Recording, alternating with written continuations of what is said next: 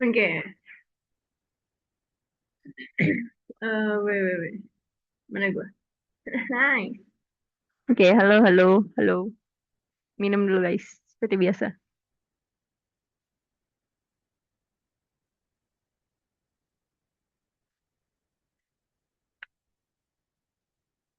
Balik lagi di Asbun bareng Davina. Materinya sama, Sisbum. Tapi kali ini kita bakal ngebahas tentang... Wait, kok nggak bisa gue... Bentar guys. Nice. Eh, kurang. Nah, ini nggak maksud. Kita sekarang bakal ngebahas tentang interior bumi, tektonik lempeng dan batuan. Oke, ya benar. Tektonik bumi, lempeng dan batuan. Jadi ini sisbum bab kedua. Seperti biasa, gue bakal ngejelasin lagi bahwa gue ngejelasin video ini dibuat untuk gue belajar. Gue tidak berniat untuk mengedukasi siapapun itu. Jadi kalau misalnya ada salah atau kurang, ya ya udahlah ya. Oke, jadi di sini, wow, kita masuk ke pekan kedua. Nih foto gue ngalangin. Ini juga ngalangin. Wait, wait, wait, wait, wait. Layout gue udah bener kan? Iya, layout gue udah bener. Nice, itu yang gue maksud. Oke. Ini ada review pekan lalu. Ininya yang cuman kayak alam semesta diyakini terbentuk pada satu waktu. Ini yang Big Bang yang sebelumnya udah gue bahas. Bla bla bla bla bla bla. Nah ini nih utamanya pembagian interior bumi, tektonik lempeng, dan yang terakhir ada batuan dan klasifikasinya. Nah ini pembagian interior bumi yang kemarin sempat gue mention tapi nggak gue bahas. Nah ini kita masuk ke bagian pertama, pembagian interior bumi atau struktur interior bumi. Sama lah ya sebenarnya. Yang kita tahu kan intinya itu cuma ada yang kayak ini kerak atau crust, terus ada mantel, terus ada inti luar, ada inti dalam. Nah, ini dikasih tau lah ya, kan kemarin tuh kalau nggak salah jari-jari bumi itu 6 sekian lah ya, 6 7 berapa lah itu gue lupa. Ya, ya kurang lebih segitu gue lupa.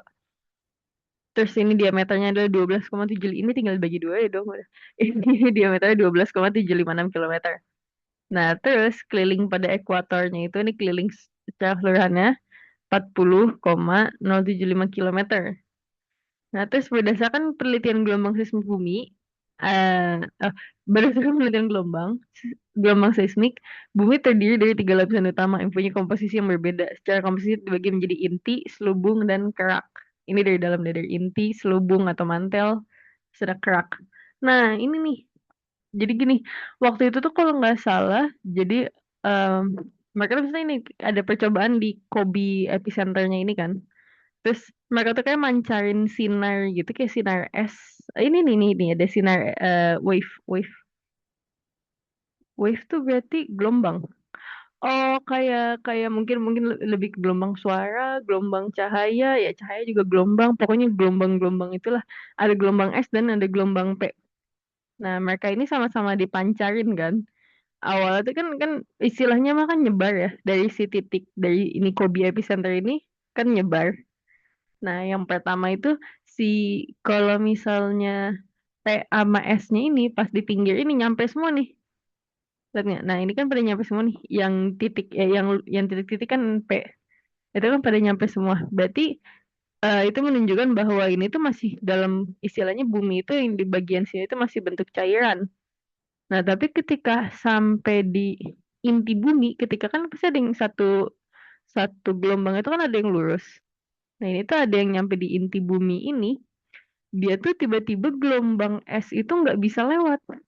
Yang nyampe ujung itu, yang nyampe ini nih di seismic station C di sini, yang nyampe di sini itu, pokoknya yang nyampe di sekitar sini itu cuman gelombang P. Gelombang esnya kagak ada yang nyampe. Gelombang es itu mentok di sini nih. Nih, kan ada dibilang dengan S shadow zone, terus ada ini ada P wave zone. P-nya itu intinya cuman ya jarak dari segini dari si P dari sini ke sininya doang gitu. Ini kan dia nggak muncul kan si S itu tuh nunjukin bahwa kayak eh sebenarnya di dalam sini itu bentuknya itu sudah lebih solid gitu. Solid, lebih lebih solid, lebih solid apa cair? Wait, gue liat catatan gue. Oh iya bener, kerak yang inti yang di dalam itu kan solid, bener-bener full solid gitu kan. Yang di luarnya itu cair kan. Kalau mantelnya viskos, makanya jadi istilahnya yang pas mereka di bagian mantel masih bisa lewat karena masih viskos. Terus, tapi ketika sudah mencapai inti, itu tuh berarti sudah lebih lebih istilahnya lebih lebih lebih kental lagi. Cairannya tuh lebih kental dan lebih panas lagi kan.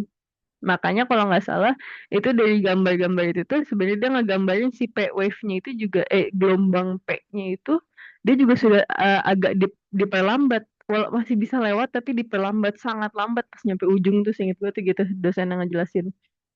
Dari situ akhirnya mereka bisa tahu kalau bentuk-bentuknya tuh gitu. Nah ini kan yang gue bilang kemarin yang kita tahu itu kan cuman ini ada kerak, ada mantel, mantel. Iya benar ada kerak, ada mantel, ada inti kan.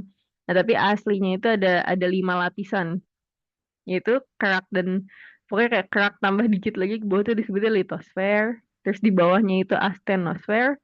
Selanjutnya ada mesosfer. Nah habis itu ada inti luar, inti dalam. Ini yang secara mekanikal. Kalau secara komposisi dibaginya begitu aja. Di sini sebenarnya bisa kelihatan nih kayak ya kalau inti luar inti dalam masuknya ke dalam inti kalau secara komposisi. Tapi kalau misalnya kayak astenosfer, mesosfer dan sebagian litosfer itu masuknya ke mantel. Tapi litosfer itu masuknya ke mantel dan juga masuknya ke kerak intinya gitu. Cara mekanikal ini di sini jelasin. Pembagian interior bumi. Nah ini nih inti bumi itu kurang lebih 2.900 kilometer pusat bumi. Inti luar dan dalam itu gabungan. Densitasnya sekitar oke densitasnya tinggi guys, lumayan.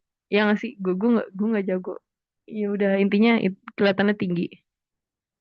Diperkirakan terdiri dari V nih, intinya gitu. Intinya dia tuh densitasnya tinggi.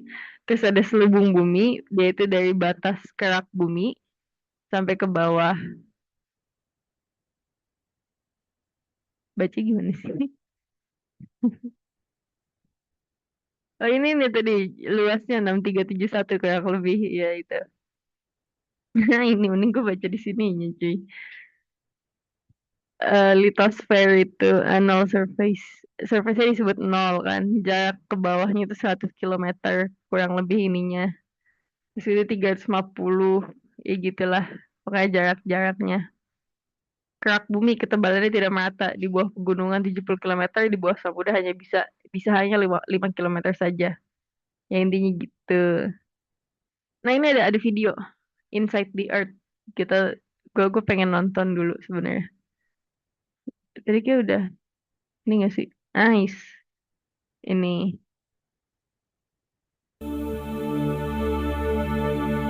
Much of our knowledge of Earth's insides comes from monitoring the thousands of earthquakes that occur every year. 5 centuries ago, the world had mostly accepted that the Earth was not only a sphere, but was thought to be of uniform rock throughout. 200 years later, Sir Isaac Newton, studying our planetary system, calculated that the interior of the Earth must be made of far denser material than the surface rock. Newton's estimate of the overall density of the Earth remains essentially unchanged today. In the early 1900s, scientists discovered they could use data from earthquakes as a method for looking deep beneath the surface. By understanding the travel times of different seismic waves to worldwide stations, scientists were able to calculate where boundaries occurred and what those boundaries represented.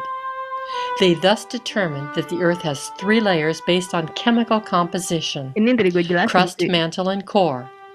As an analogy for relative scale, these layers can be compared to an egg, with the shell representing the outermost brittle layer, the white the mantle, and the yolk the core.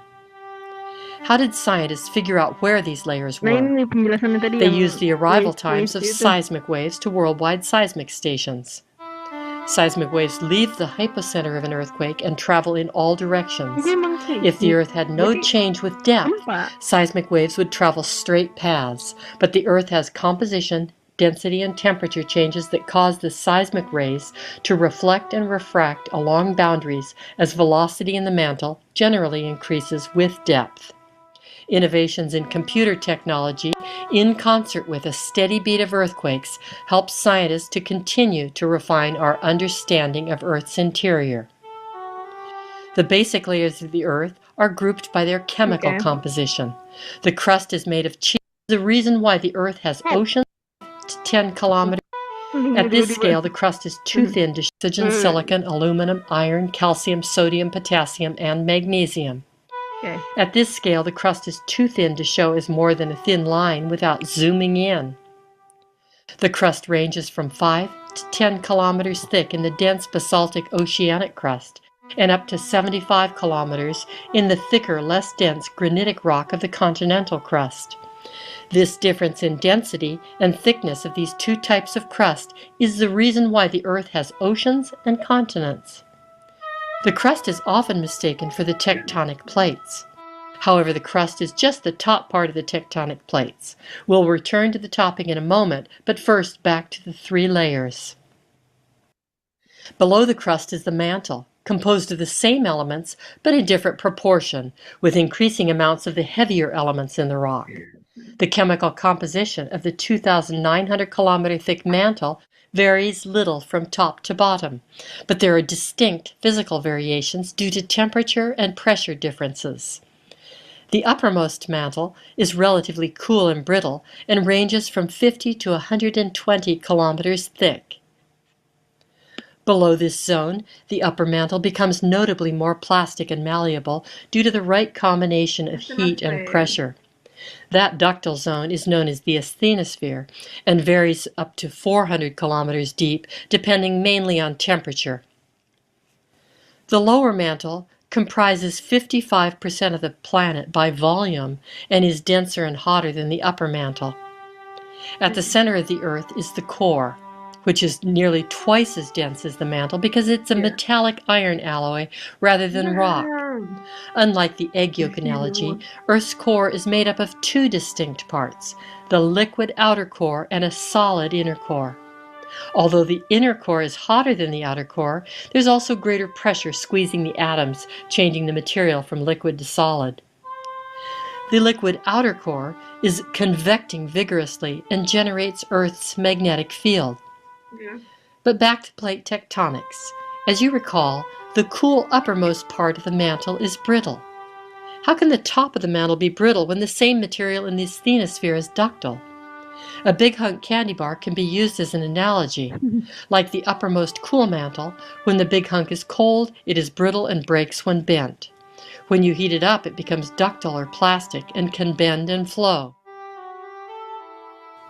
Earlier, we mentioned that the crust is merely the top of the tectonic plate. This uppermost brittle mantle behaves much like the overlying crust, and together they form a rigid layer of rock called the lithosphere that moves in unison. The lithosphere ranges from as much as 100 kilometers thick in the oceanic plate to 200 kilometers thick in the continental plates. Jadi bervariasi. It is in this brittle zone that earthquakes occur due to compression, extension, and shearing. Over billions of years, the cooled surface of the Earth has been broken up into the moving plates that are called lithospheric plates, or more commonly, tectonic plates. Because they are mostly more buoyant than the asthenosphere, they float above it. Convection currents, driven by temperature, pressure, and gravity, provide the mechanism for the process we know as plate tectonics. Earthquakes, volcanoes, and the Earth's magnetic field are all the consequence of the Earth trying to lose heat as it converts some of the thermal energy into mechanical energy in the process to lose in the Earth's magnetic field as plate tectonics. Earthquakes, volcanoes, and the Earth's magnetic field are all the consequence of the Earth trying to lose heat as it converts some of the thermal energy into mechanical energy in the process. Without the tremendous heat being released from the interior of the Earth, we would not have had the mechanism to drive plate tectonics. And without earthquakes, we may not have had a way to see so deep into the Earth. Oke, oke, oke. Thank you. Oke, gue lumayan paham, tapi tetap harus baca PPT. Oke, jadi tadi ngejelasin tentang inti. Jadi tadi tuh yang gelombang tadi awal itu bukannya mereka ngasih. Ini tuh kayak dari gempa gitu deh. Kayak mereka mendata dari gempa. Kan harusnya istilahnya gelombang itu kan berjalan lurus kan dia teh. Terus kayak kok ini dia bisa belok gitu. Terus kok ini hilang gitu. Akhirnya mereka bisa nemuin bahwa oh ternyata inti bumi itu ada yang bagian luarnya itu adalah cair, liquid bukan cair. Bagian luarnya itu adalah liquid, bagian tengahnya itu padat gitu. Nah, kita masuk ke tektonik lempeng. Tadi udah di-mention juga di videonya sih. Tapi gitu. Tektonik itu kombinasi dari dua dia, dari sea floor spreading sama continental drift atau istilahnya spread gimana ya sea floor spreading lantai masa lantai laut sih yang gini nih kalau Inggrisnya dong nih pergeseran dasar laut lantai laut kok ubin jadi pergeseran dasar laut dan pergeseran kontingen. Iya, continental drift. Nah ini nih, ini kan ada penggambarannya kayak dulu tuh satu. Dulu tuh bumi istilahnya kayak satu satu daratan besar lah, Pangea, Pangaya, Pangea. Kayak gue udah catatannya deh gini. Intinya gitulah ya, nanti belakangan. Kita baca belakangan. Ini ada Pangea. Terus lama-lama dia berubah di masa Triasik ini pada ngejauhin jadi Laurasia dan ada Gondwana. Terus habis itu ini masuk Jurassic. Di Jurassic ini jadi istilahnya jadi semakin terpisah ya. Jadi makin pisah. Nah, terus di Cretaceous itu makin terpisah lagi sampai akhirnya sekarang jadi begini guys. Indo. Wih. Itu tuh bisa ketahuan dari mana sih? Maksudnya kayak kok orang-orang bisa mikir kayak ini nyambung loh. Walaupun memang ada beberapa yang kelihatannya kayak puzzle gitu. Ini kayak ini kesini bisa nyambung gitu loh. Terus kayak ada beberapa tuh yang benar-benar kelihatan jelas banget lah bisa nyambung. Tapi yang kelihatan lebih jelas lagi itu adalah, nah ini nih, kesamaan distribusi flora dan fauna di beberapa lokasi berbeda. Ini kayak Jurassic Land reptil. Jadi biasanya kelihatannya dari fosil kayak istilahnya. Aku fosil ini ada di Antartika, ada di India sama di Afrika. Berarti dulu nyambung nih sebenarnya. Istilahnya itu dulu hewan suka keliling-keliling gitu. Ini juga sama ada beberapa hewan. Nah ini fossil remains of blah blah blah Triassic land reptile approximately 3 meters long have been found in Argentina and Southern Africa. So, itu kan jauh ya. Jadi jadi emang itu nggambarin kayak oh dulu tuh sebenarnya nyambung gitu. Ini juga tanaman tanaman fosil. Kayak kebanyakan sebenarnya dikasih ketahuannya dari ya iya sih ketahuannya dari fosil. Cuma mungkin kalau misalnya ya kalau fosil kan emang istilahnya kita ngeliat bentuk yang sama ya. Mungkin kalau misalnya yang sekarang itu kelihatannya jadi ada banyak hewan yang mirip istilahnya mah. Karena istilahnya kenapa kok bisa beda bukan kalau misalnya sesepuhnya sama kok bisa sekarang beda ya karena mereka evolusi di tempat yang berbeda. Istilahnya mungkin hewan A waktu sesepuh yang sama nih misalnya hewan dino A nih dino A tiba-tiba kepisah nih satu ke Australia satu ke Indonesia di Indonesia itu lebih banyak lebih predatornya nggak sebanyak di Australia sampai akhirnya dia mungkin tidak buat defense-nya itu nggak sebagus yang di Australia sedangkan di Australia itu kan predatornya banyak jadi dia harus ngedefense diri dia sendiri gitu sampai akhirnya ya udah dia defense-nya lebih bagus yang di sana gitu intinya ya kurang lebih begitulah ya kenapa bisa berbeda. Nah, itu. The main features of plate tectonics are the surface cover the various series of crustal plates. The axial forces are constantly moving, spreading from the center, sinking at the edge, and being regenerated. Convection currents beneath the plates move it's like a unfavorable building. The source of heat driving the convection current is radioactive decay deep in the Earth's mantle. Oke, ini si Alfred bilang gini. Yang pertama itu pokoknya permukaan bumi itu di cover sama crystal plates atau kayak ya crust tadi lah, kerak plate tektonik, lempeng tektonik yang tadi sebut dia bilang gitu kan. Oh, ini teori pengapungan benua, gue baru baca ada tulisannya di pojok atas. Nah, terus yang kedua ini the ocean floors are continually moving, spreading from the center, sinking at the edges and being regenerated. Nah, jadi istilahnya gini. Pokoknya dasar laut itu constantly moving. Dasar laut itu selalu bergerak. Walaupun istilahnya pelan dan nggak terlalu kelihatan, dia itu terus spreading tuh apa ya, menyebar. Jadi spreading from the center. Istilahnya kayak dari satu titik ini tuh dia terus kayak di titik baru ini dia terus keluar yang baru. Terus nanti kan kalau misalnya dia keluar yang baru, ini yang lama-lamanya kemana? Yang lama-lamanya itu tadi sinking at the edges. Jadi dia kayak masuk ke dalam gitu dan and being regenerated ya istilahnya dia selalu regenerasi karena yang tuanya itu masuk ke dalam nanti ketika di dalam karena saking panasnya itu dia bisa kembali lagi material-materialnya di istilahnya diuraikan terus yang barunya tadi gimana yang baru tadi muncul dari titik-titik itu. Nah, convection, gue lupa convection itu apa. Convection currents beneath the plates move the cross the plates in different direction. Oh, yang ngegerakin itu apa sih ini nih convection currents-nya ini, istilahnya ya kayak inilah intinya. Nanti selanjutnya kalau nggak salah digambar semoga lebih gampang lah ngejelasinnya daripada dari teks begini doang nih si Alfred cuy. The source of heat driving the convection currents is radioactive ya. Si source source panasnya itu tuh radioaktif intinya kurang lebih begitu. Ada video lagi guys. Wow, mending kita tonton aja. Mending kita kok X-nya nggak keluar. Nice. Bentar. Ini gue ini gak sih? Sini gue ini. Plate tectonic, a brief history. Bener gak sih? Iya bener, bener, bener, bener, bener. Oke, kita tonton videonya dulu.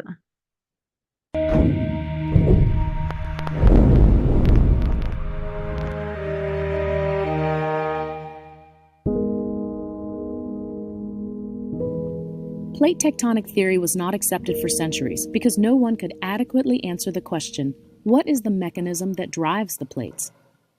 In the late 16th century, Abraham Ortelius, in compiling New World Explorer maps, noted that by carefully considering the coastlines of the Atlantic Ocean, it appeared that the Americas had been torn away from Europe and Africa by, he theorized, earthquakes and floods. Over the next 3 centuries, other proponents of an original single continent included Francois Paget, who invoked the sinking of the land between the continents to create the Atlantic Ocean, Georges-Louis Leclerc, who resurrected Ortelius's theory of a great earthquake and floods pushing the land apart, and finally Antonio Snider Pellegrini, who proposed that the shape of the continents, supported by fossil evidence, argued for the origin of a single continent, which not only joined the continents across the Atlantic Ocean, but also included Australia. No one, however, could explain how the continents moved. Bathymetric surveys in the following decades unveiled an extensive submarine mountain ridge between the continents that ran the length of the Atlantic Ocean. Meanwhile, seismic data began to reveal Earth's layers, a core, a crust mantle boundary, and a thick outer layer called the lithosphere that lay above a less dense asthenosphere. In 1912, German meteorologist Alfred Wegener, also intrigued by the fit of the edges of the continents, championed the concept of continental drift, based on his study of similar rock types, geological structures, and fossils on both sides of the Atlantic. To make it work, he hypothesized that the mechanisms causing the drift might be the centrifugal force of the Earth's rotation or the change in its axis of rotation. Wegener also speculated that, quote, the mid-Atlantic ridge is continuously tearing open and making space for fresh, relatively fluid and hot material from depth, end quote. His views were considered preposterous and improbable, and were rejected by most Earth scientists. Following the discovery of radioactivity in 1896, it became clear that Earth's interior was heated by radioactive decay, and that the insides would be largely molten. Indeed, by 1926, a liquid core was determined. In 1927, geologist Arthur Holmes, studying radioactive decay, proclaimed that mantle convection was the answer to Wegener's missing power source to drive continental drift. He based it on the fact that as a substance is heated, its density decreases, and it rises to the surface until it Nah, cools itu when yang it gue sinks maksud. again. Jadi But convection of the solid mantle alone was still unpalatable to most geoscientists. Nuclear bomb testing in the 1950s motivated the establishment of the worldwide standardized seismograph network to monitor explosions, prompting a greater concentration of seismograph stations. The increased data allowed seismologists to precisely locate far more earthquakes, revealing that most occur in discrete areas, near trenches and along mid-ocean ridges. Decades after Wagner's death, geologist Marie Tharp, left in the lab to examine data from ocean floor field surveys, theorized that mid-ocean ridges appeared to be extensional rift valleys formed by plate motion, thus paving the way for the acceptance of Wagner's continental drift theory. Her colleague, Bruce Heezen, initially skeptical, published her work in 1956 under his name, but ascribed the extension to an expanding Earth theory. It wouldn't be until the mid-60s that he would accept Tharp's interpretation of plate motion. Curiously, it was Harry Hess who, in 1962, was credited for recognizing that oceans did grow from spreading ridges. He also defined ocean trenches as locations where ocean floor was destroyed and recycled, but he too lacked geophysical evidence to confirm this theory. Just 1 year later, this concept was supported by ocean floor magnetic surveys that revealed symmetrical patterns of magnetic striping on either side of the mid-ocean ridges. These stripes were found to be the same age at similar distances away from the ridge on each side. While pondering the mystery of how volcanoes, such as the Hawaiian island chain, ini Hawaii ini yang paling gue suka. Jadi sebenarnya Hawaii itu bisa dibilang yang paling bisa kelihatan tentang pergeseran apa tadi, dasar laut ya, pergeseran dasar laut sama pergeseran buminya itulah. Jadi di bawah Hawaii itu ada yang disebut hotspot atau istilah ya hotspot, tempat ya yang panas gitu lah. Itu tuh puncaknya, istilahnya titik di mana kalau misalnya di atasnya itu bakal ada gunung berapi, intinya di bawahnya itu ada hotspot gitu. Nah, eh ini kan wih, mouse gue mana, nah gue nunjuk pakai tangan nggak kelihatan apa-apa. Nah, ini kan bisa kelihatan kayak ini yang paling tuanya di sini ada kosong, nah di sini ada yang paling mudanya di sini, ini masih aktif nih, masih gunung berapi. Jadi istilahnya titik titik hotspotnya itu ada di sini.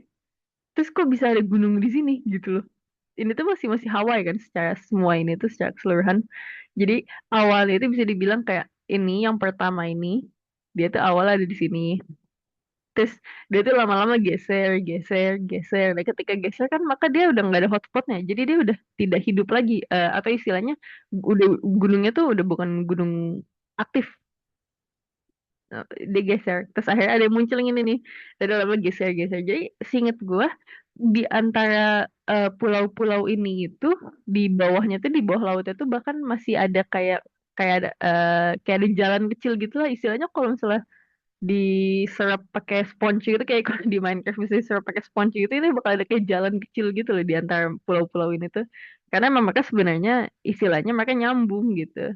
Would be so far from spreading ridges or subduction zones, Tuzo Wilson proposed the plates Nah, moved over hotspots. ini hotspot. Following this breakthrough, with the discovery that ocean ridges were connected with transform faults. The science rapidly blossomed with the definition of the three main plate boundary types: divergent margins, where plates move apart; convergent margins, where plates push together at subduction zones or mountain ranges; and transform margins, where plates move horizontally past each other.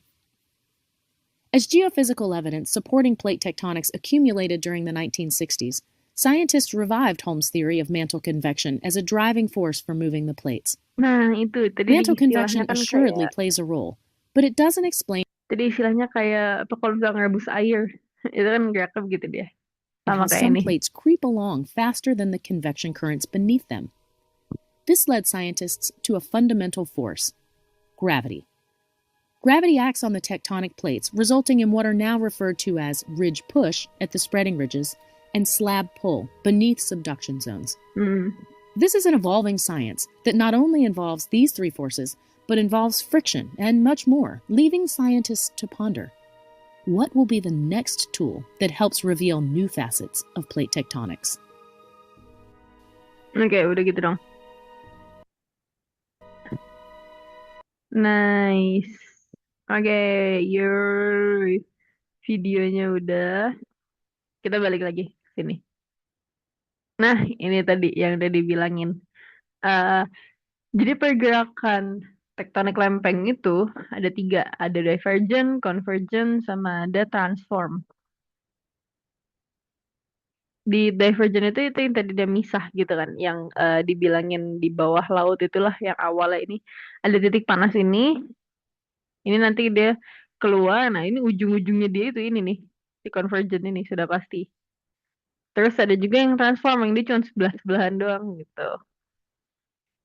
Bentar gue post dulu recordingnya karena oke gue kesemutan. Gue post dulu bentar ya. Post recording. Oke, sambung lagi. Tadi gue nyampe mana sih? Ini Divergent. Ntar layout gue masih sama gak sih? Kata gue layout gue daripada gue kepotong tiba-tiba ya gue di sebelah sini. Mending gue panjangin. Wow, kepanjangan. Masalahnya tuh mirror. Jadi kalau misalnya gue di sini, berarti gue di sini gak kelihatan apa-apa tadi. Udah lah ya. Gue kecilin aja. Gue kecil-kecil banget ya udah kan bukan gue bintang utamanya adalah materi guys. Bintang utamanya IP 4 aminul aminul amin.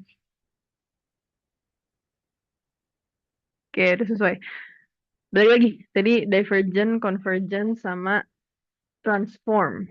Ya kalau transform mah cuman intinya dia ngegeser, mirroring gitu doang. Convergent itu dia yang keselip gitu loh. Keselip sih. Jadi itu bener sih keselip. Dia keselip terus ini divergent tuh gini. Divergent itu dari bahasa apa sih? Maksudnya gabungan dari dua bahasa apa? Ini kan gen-gennya pasti sama. YouTube lebih dari TV. Boom. Divergent dari arti dari divergent. Keadaan bercabang-cabang atau menyebar. Oh, istilah bahasa Latin diverger.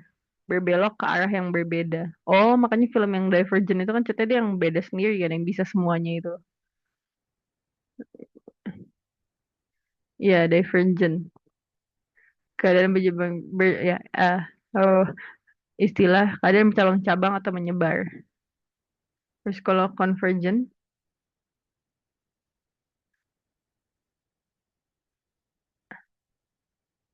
eh, artinya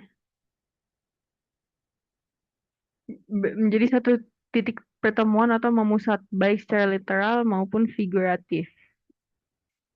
Converger yang berarti menuju satu titik pertemuan atau bersifat memusat. Oh, oke. Oh kan divergent, diverse, berbeda-beda. Nggak tahu sih nyambung apa kagak, cuman pokoknya intinya gitu. Tadi divergent itu kan dia dia menyebar. Convergent itu menyatu kan. Ini lihat tadi panahnya segede gaban. Ini dia nyebar, ini dia nyatu, intinya gitu. Oke. Tektonik lempeng. Oh ini kita masuk ke bagian divergent and transform dulu. Nih, jadi ini kan rising magma. Ini magmanya di dalam, dia keluar. Nih kalau misalnya istilahnya kalau petanya dipanjangin lagi nih. Kalau dipanjangin lagi ada yang convergent di pojok. Ini kalau disambungin jadi begini. Tuh ini ada divergent, di sini ada convergent. Lithosphere. Lithosphere itu bebat ya. Ya intinya gitu guys. Ini ada Rift Valley. Rift Valley, sorry. Rift Valley, ini ada Rift Valley, Rift Valley. Kalau nggak salah Google Doodles itu ada kayak dia bikin games, bukan ya web interaktif tentang Google Doodles lah biasa ya. Kan mereka suka ada interaktif gitu. Mereka kalau nggak salah bikin tentang tadi yang cewek tadi itu yang diceritain dia yang baca data bawah laut yang akhirnya dibikin itunya. Ya, sing gue bikin ya, dulu gue sempet main soalnya. Nah, ini ada Rift Valley-nya ini. Kan ini sebenarnya ini plate A yang sebelah kiri ini. ini plate yang sama. Istilahnya ya ini plate yang sama. Yang sebelah kanan ini plate B, ini plate yang sama juga gitu. Nah, ini kalau misalnya dilihat di langsungnya tuh di sini guys, yang peta paling kanan, ini bisa dilihat kayak yang garis merah yang gedenya ini tuh divergentnya, sorry. Ini tuh divergentnya atau ada yang rising magmanya itu garisnya di sini nih. Sepanjang ini itu dia pada mencar. Nah, tapi ini di sini nih di San Andreas. Di San Andreas sama di sininya itu dia transform karena sebelahan dong dia nggak kayaknya transform dan ini dia transform dan convergent deh harusnya sih gitu ya nanti gue pengen baca petanya nih kayak petanya menarik gitu kalau buat dibaca buat ngeliat gitu kayak oh my god di sini ada yang baru di sini ada yang ini gitu terus ini masih tektonik lempeng masih water yang sama oh ini yang tadi digedein doang gak sih oh iya ini gambar gedenya tuh ini ocean reef-nya tuh kayak begini. Jadi emang ada kayak lembah, palung, palung sorry lembah, lembah di laut palung gak sih? Iya. Ya masih gue dulu jelek cok ininya geografi atau biologinya. Intinya gitu. Terus ada convergent. Interaksi saling mendekat antar lempeng yang memiliki komponen kerak samudra dan dengan kerak benua. Ini yang paling kiri. Kerak samudra ini kan oceanic plate kerak benua ya iya iya, benua gitu. Terus komponen kerak samudra dengan kerak samudra ini yang jadi ada di tengah. Ini island arc ini jadi kurang lebih sama kayak mirip kayak si siapa tadi Hawaii kayak Hawaii. Komponen kerak benua dengan kerak benua jadinya mountains, mountain reef gini doang nih jadi rame gitu. Iya. Kalau misalnya di bawahnya nggak ada magmanya, ya udah jadi dia cuman biasa aja, ngerti nggak? Cuman kayak ada pegunungan aja yang ya pada nonjol-nonjol aja lah kagak bakal aktif gitu. Kalau misalnya di bawahnya ada magmanya, jadi yang sebelah kiri ini jadi volcanoes, jadinya aktif semua. No, jadinya aktif di beberapa tempat, yang lainnya itu sebenarnya dulunya aktif tapi jadi nggak aktif gitu. Ya nggak sih, ini gue sotoy banget, coba. Tectonic lempeng convergent, ya ini. Akumulatif sedimen. Ini masih sama nggak sih ngejelasin hal yang sama? Ini convergentnya kan. Jadi dia kayak ke bawah. Dan ini kalau dilanjut ini di bawah nih dimuter lagi nih dia. Ini beda. Ya, intinya gitu. Rupanya ada kucing lucu banget. Ini kenapa ada kucing cuy? eh oh ini istilahnya misalnya awalnya kan, wait, ntar gue pahamin dulu ini ngapain sih?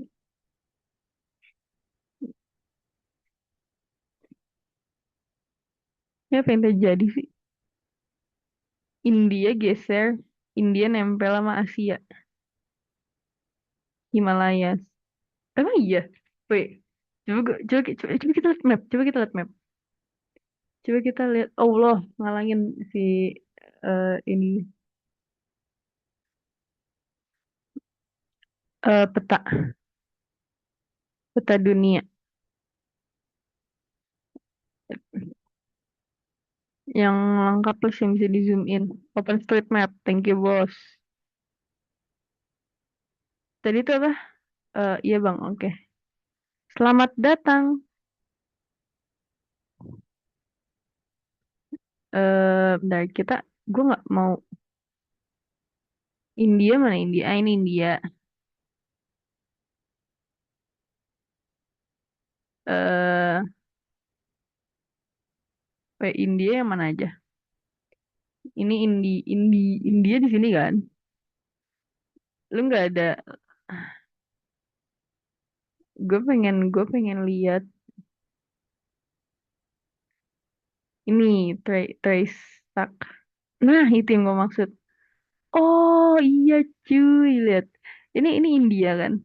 Terus di sini nih gunung-gunung semua. Ini gunung-gunung semua bener.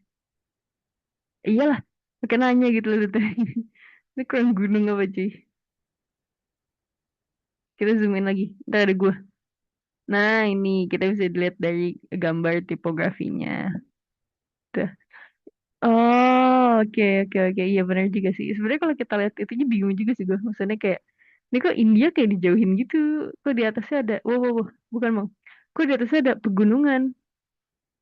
Kayak, kok di atasnya ada pegunungan gitu sih guys. Kenapa nih gitu. Gue juga kalau jadi India kayak agak kesel gitu loh. Kok gue dihalangin pegunungan. Gue nggak diterima gitu atau apa. Ternyata karena itu guys. Jadi, eh pikirannya adalah awalnya itu India tuh beda sama kita gitu. Dan ini polanya tuh dia cuma kayak naik turun gitu doang kan. Tapi memang, nah ini Ocean Ridge-nya itu di sini. Jadi memang mau nggak mau lama kelamaan dia bakal ngedeketin ke Asia kan. Tapi ketika dia ngedeket kan di antara India dan Asia juga masih ada banyak istilahnya banyak barang-barang gitu. Ketika nanti mereka ketemuan, jadinya banyak ada pegunungan-pegunungan di sininya. Itu makanya disebut Himalayas. Tapi Ocean Ridge-nya juga tetap mendorong. Jadi lama-kelamaan antara India sama Asianya geser semua secara keseluruhan. Enggak sih, nggak mungkin sih kan banyak ada pergeseran lain ya di tengah-tengah. Ya paling India jadi makin ke depok aja gitu kan. Jadi makin kayak jadi depoknya deket ke Indonesia gitu. Indonesia, wow Asia Indonesia, dua banget. Jadi makin deket ke Asia gitu. Nah ini kucing ngalangin jujur. Tapi intinya ini tuh ngejelasin kayak ini yang tadi ngejelasin yang di India sama Himalaya tadi yang gue jelasin tadi itu. Jadi karena mereka semakin lama semakin dekat, jadi ada banyak gunung-gunung kecil, gunung-gunung baru gitu.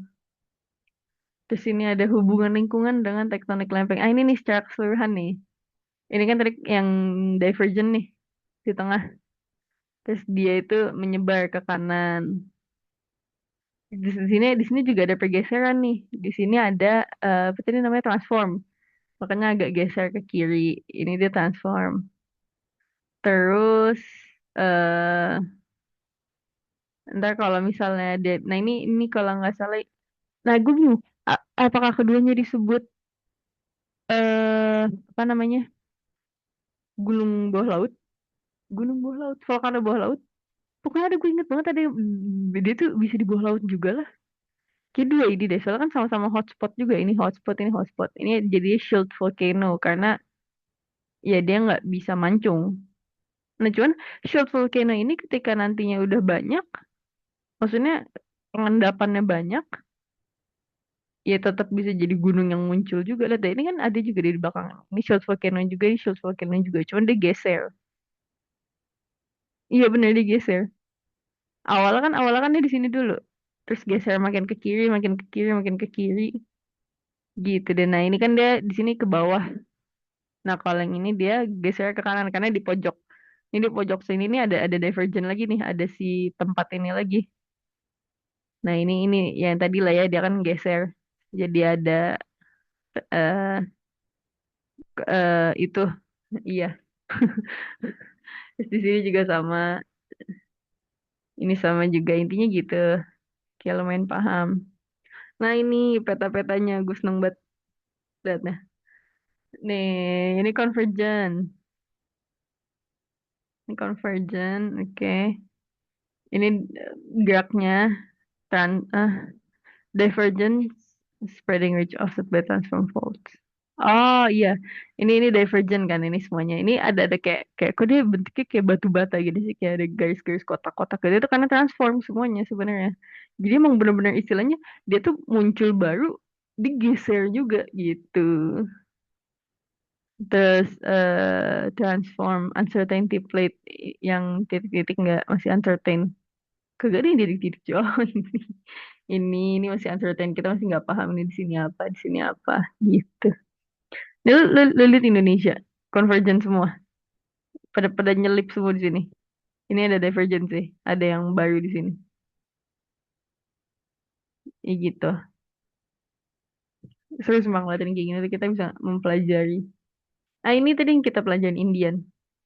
Ya, ini India. Ini di sininya convergentnya tuh di sini. Makanya banyak tadi ada Himalaya itu di situ. Iya bang, tadi udah gue jelasin. Ini nggak jadi titik-titik. Ini divergent, convergent. Ya sama-sama sama aja.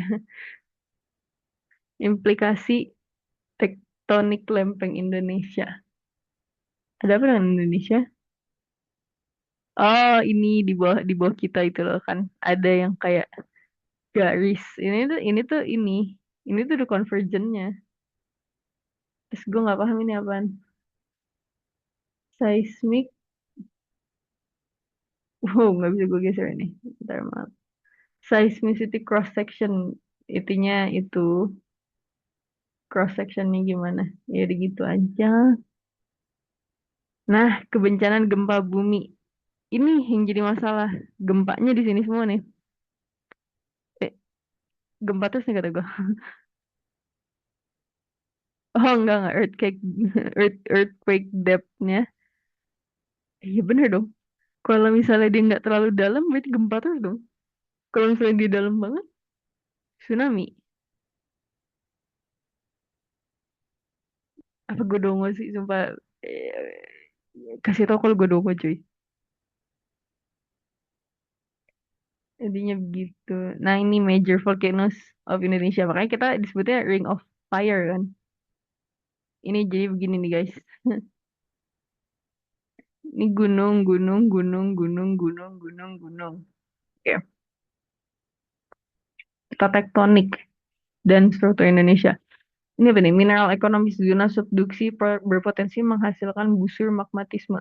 Zona mineralisasi yang bersumber dari magma. Jadi gue nggak paham. Coba gue nggak paham. Oh, tapi kan tadi kayak kalau misalnya gempa atau itu tuh kan mereka istilahnya menguak dari dalam kan. Jadi kadang tuh emang eh, nggak jarang kalau misalnya setelah kejadian kayak kayak mungkin kayak gunung meletus, gempa atau apapun itu, jadi banyak area itu jadi lebih subur itu jadi banyak mineral yang naik ke atas. Karena kan istilahnya dia bergeraknya itu kayak dari bawah ke atas gitu, itu gitu. Makanya jadi subur. Ini busur. Gue nggak bisa baca. Kurang lebih begitu.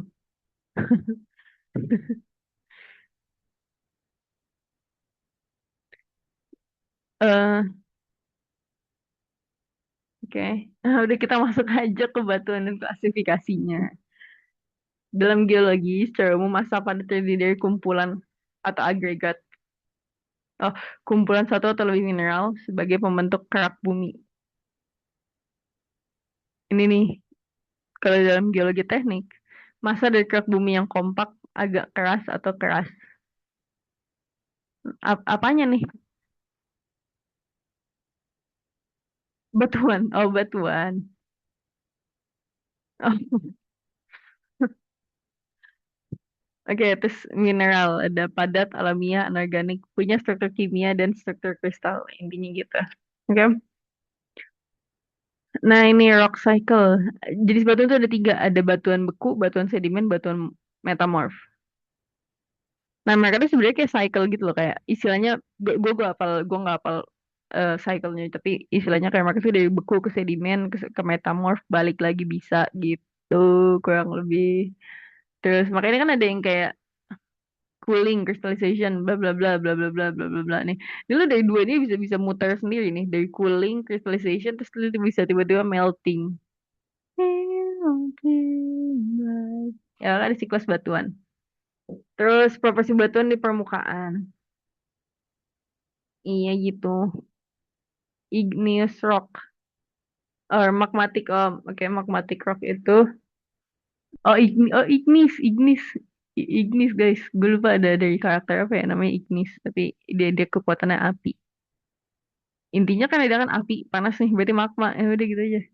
Magmatic is one of the three main rock types. The others being ya itu di sedimentasi dan metamorph. eh Kalau yang igneous rock ini atau atau emang tadi ada magmatic rock ya? Batuan beku. Batuan beku kali ya maksudnya ya. Istilah yang lainnya kan sedimen sama metamorf. Berarti ini maksudnya batuan beku atau igneous. Dia itu berasal dari lava atau magma. Jadi dia itu dibentuknya dari pendinginan atau pengerasan magma.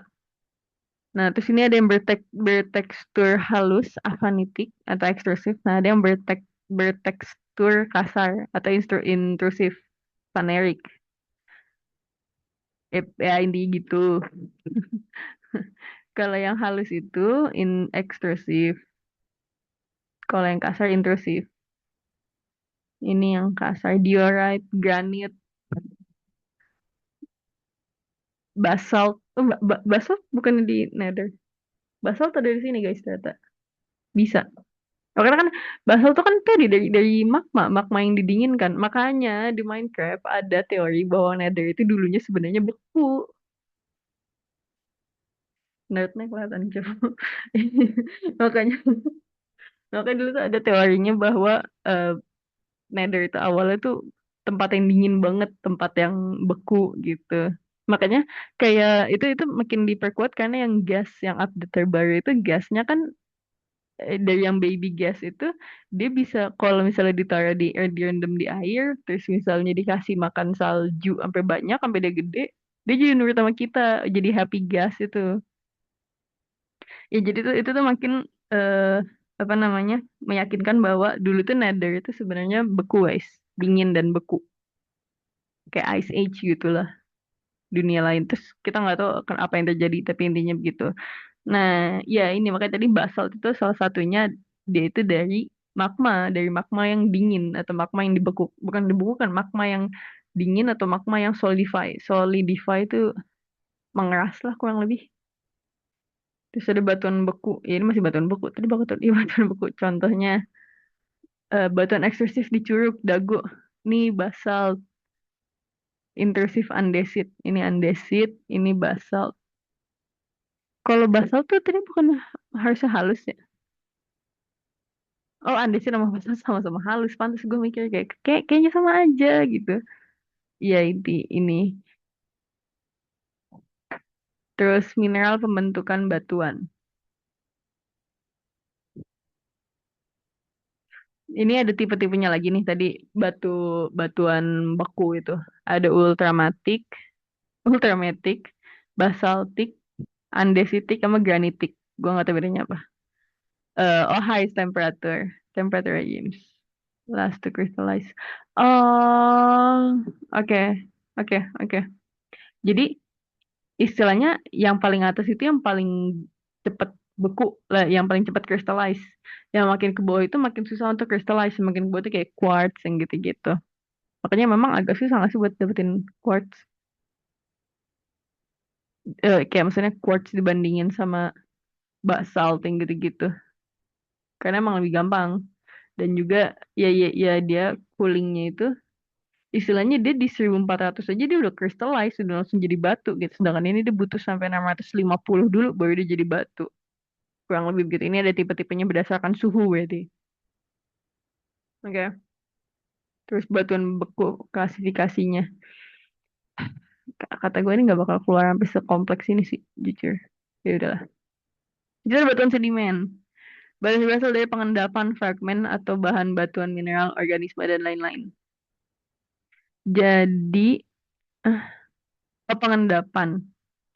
Jadi dia itu lebih ke dari, bentar, tadi kayak ada, sorry, pusing. Sedimen. Ini. Tadi kan ini magma nih yang di bawah. Terus weathering breaks down rock dari sunflower and sedimen. Oh, oke. Ya, jadi istilahnya dari yang batu-batuan itu kan tadi ada yang pecah, nggak ada yang full jadi batu, ada yang pecah, hancur. Jadi kristal-kristal itu dikompaktin lagi jadi sedimen, jadi batuan sedimen. Kita balik ke ini sedimentologi dan stratigrafi. Ini garis-garis ini berarti mineral semua ini kayak per layernya tuh ini mineral itu, mineral ini. Jadi gitu. Sedimentologi, the study of process that erode transfer. Study of ini cuma ngejelasin dong kayak apa aja ininya. Sedimentologi mempelajari proses sedimen. Sedimentary petrology, the study of the characteristic and origin of sediment. Ini mempelajari karakteristiknya dia yang kayak nggak bisa misahin ini lu masuknya kelas lu masuk ke kelas ini, lu masuk ke kelas ini batu gitu. Kalau ini masuknya ke eh iya stratanya. Oke, sini klasifikasi batuan sedimen. Yang pertama itu ada detrital, ah, ah, ada kimiawi, ada organik.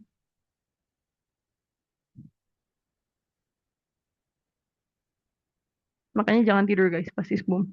Jadinya kayak gue. Ada detrital atau detritus. Jadi dia itu dari erosi. Terus yang tadi gue bilang dia kan ada yang transportasi dari lempeng. Ya kan tadi dari batuan yang pertama apa sih? Batuan beku ada yang hancur, erosi. Terus dia itu ke transport, terus dia sedimentasi, terus dia jadi, ya bener tadi yang gue bilang terkompak gitu loh, dia kan hancur, terus dia kayak pindah, geser, nggak tahu pindahnya dari di bawah ke bawah laut kah, bisa ke bawah air kah, atau ke bawah di bawah laut ya, di bawah tanah, yang gitu-gitu. Dia tuh ke compact dan litifikasi. Kalau yang halusnya itu contohnya batu lempung dan batu lanau. Kalau yang kasarnya itu contohnya batu pasir, breksi, konglomerat. Oke. Terus ada lagi yang kimiawi. Kimiawi itu hasil evaporasi. Oh, oke oke. Ya, ya kayak batu-batu garam. Asin dong.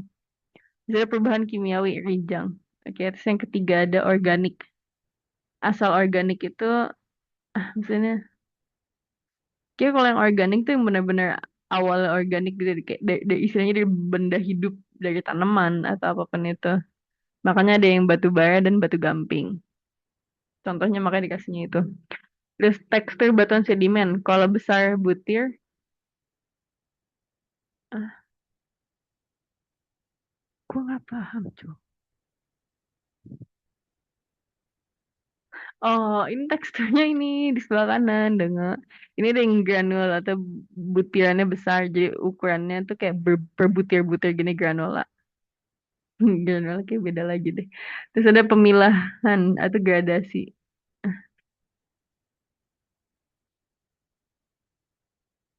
Oh, ini tuh berdasarkan apa dong?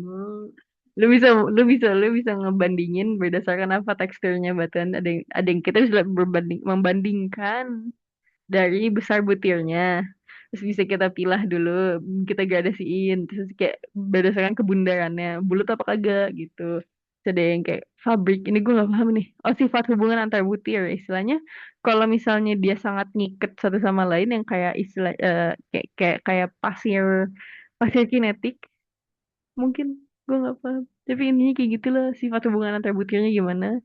Terus ada porositas, rasio. Ini gue gak paham, terus ada semen atau massa dasar ini. Intinya gini, tuh, dia awalnya dari segede gaban, very coarse sand, terus ada coarse, terus ada medium sand, terus ada fine, terus ada very fine, terus ada silt and clay. Ini udah benar-benar clay aja gitu. Kalau clay kan memang satu sama lain nyambung gitu loh, nyatu. Makanya tadi ada yang hubungan antara butir itu dicek dari situ. Terus ada sortasi. Oh iya, ini masalah tadi nih. Kalau misalnya lu mau ngeklasifikasi, lu klasifikasi yang benar apa jangan begini gitu. Kurang lebih istilahnya ukurannya kurang lebih segini guys. Gede kecilnya kurang lebih plus minus misalnya 0,5 0,5 mili gitu. Itu nggak apa, ada yang gede banget tuh cuman misalnya patokannya 2 plus minus 0,10 mili gitu. 1 senti dong. 0,5 mili gitu. Ntar, jadi ukurannya kurang lebih mirip ini, jangan kayak gini nih. Tiba-tiba gede banget. Gak enak kan kita ngeliatnya. Terus diagenesis, litifikasi. Jadi kalau sedimen itu, dia itu kan 50 atau 60% air. Kompaknya itu segitu. Tapi ketika sudah menjadi batu, dia cuma 10 sampai 20% air. Istilahnya semakin di air kayak kalau misalnya pasir nih, kita kasih air terus kita peres gitu lah sampai apa sisa pasirnya doang. Kayaknya gitu dah. Proses pasca pengendapan material. Udah kita masuk aja ke batuan metamorf. Berasal batuan lain yang berasal dari batuan lain yang mengalami pembentukan mineral-mineral baru akibat perubahan suhu dan atau tekanan pada fase padat. Intinya dia tuh dari ini gak sih metamorf tuh kan metamorfosis. Dia tuh perubahan dari Misal kayak, lah tapi kalau sama magma ngebeku, mah jadinya batuan beku. Yang mengalami pembentukan mineral-mineral baru. Jadi kalau sudah cuma beku doang, jadinya batuan beku. Kayaknya gitu nggak sih ya? Oh, meteor. Metamorfosis regional, metamorfosis dinamik, dan kontak. Ada yang karena penambahan tekanan. Jadi akhirnya jadi batu. Oh, oke. Gue nggak paham sih, jujur. Tapi kayak, yaudah ini batu. Metamorfosis. Kegunaan batuan dan mineral. Ini semuanya cuy. Ini kursi yang gue dudukin. Laptop yang gue pakai. Gue udah ngerekam gak sih? Ntar gue jadi takut salah. Udah. Ya, intinya gitu. Bangunan juga kan butuh batu. Industri logam, iya bener tadi gue bilang bangunan. Iya, ini sama sumber makan. Wow. Oh iya, white salt. Ya bener. Bener. Nah, ini bisa buat perhiasan, hobi. Kan suka ada tuh yang bikin patung kuda, enggak. Maksudnya hiasan yang sekarang apa sih disebutnya teh? Yang mereka suka pada beli apa yang katanya buat ini untuk menghilangkan aura jahat dari dirimu yang bentuk itu batu panjang-panjang intinya gitu lah. Bukan batu akik. Kalau batu akik kan yang ini batu akik. Ada yang kayak gini tapi yang panjang, terus ada yang bentuk itu macam-macam gitu. Udah guys. Wow. Bentar, tapi gue masih nggak paham sama tadi yang terakhir. Bedanya batuan metamorf. Gue pakai dua tangan dulu.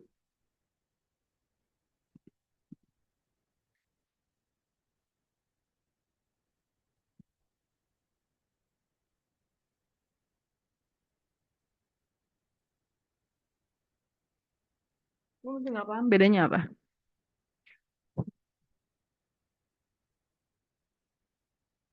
Ya. Oh ini ada proses siklus batuan sekalian. Jadi dari batuan beku, tadi kan kalau misalnya magma yang mengalami pendinginan di atas kecil banget bu, nggak kelihatan. Eh, nah maksud gue nggak bisa, gue nggak bisa. Oke, intinya gitu. View image. Please bisa di zoom in. Gue download cuy. Ya oke. Gue pengen lihat sama aja kata gue. Batuan beku berasal dari magma yang mengalami pendinginan. Ya jadi kalau ini batuan beku tuh magma yang dingin. Terus kan tadi dia bisa terkikis kan, istilahnya bisa hancur ke bawah arus apapun itu jadi batuan sedimen yang mengalami pelapukan atau ya tadi hancur, kikis, erosi. Kemudian dibawa oleh air atau angin sampai mengendap dan memadat. Awalnya kan dia ngumpul dulu, terus kalau misalnya sampai dia terkena tekanan madet gitu, jadi sedimen. Nah, terus kalau misalnya tiba-tiba kayak ini misalkan dia padatnya tadi di bagian bawah gitu di bawah tanah gitu misalnya. Berasal dari batuan sedimen yang makin lama terkubur serta mengalami perubahan suhu dan tekanan tinggi. Misalnya dia di bawah banget nih. Jadi kekubur terus kayak tetap panas nih di bawah. Jadi batuan metamorf. Oke, thank you Zenius. Tuntas bro. Oke, bab 2 selesai. Kalau misalnya ada yang mau didiskusiin, tolong ngomong. Please, gue butuh buat diskusi bareng. Terima kasih. Bye-bye.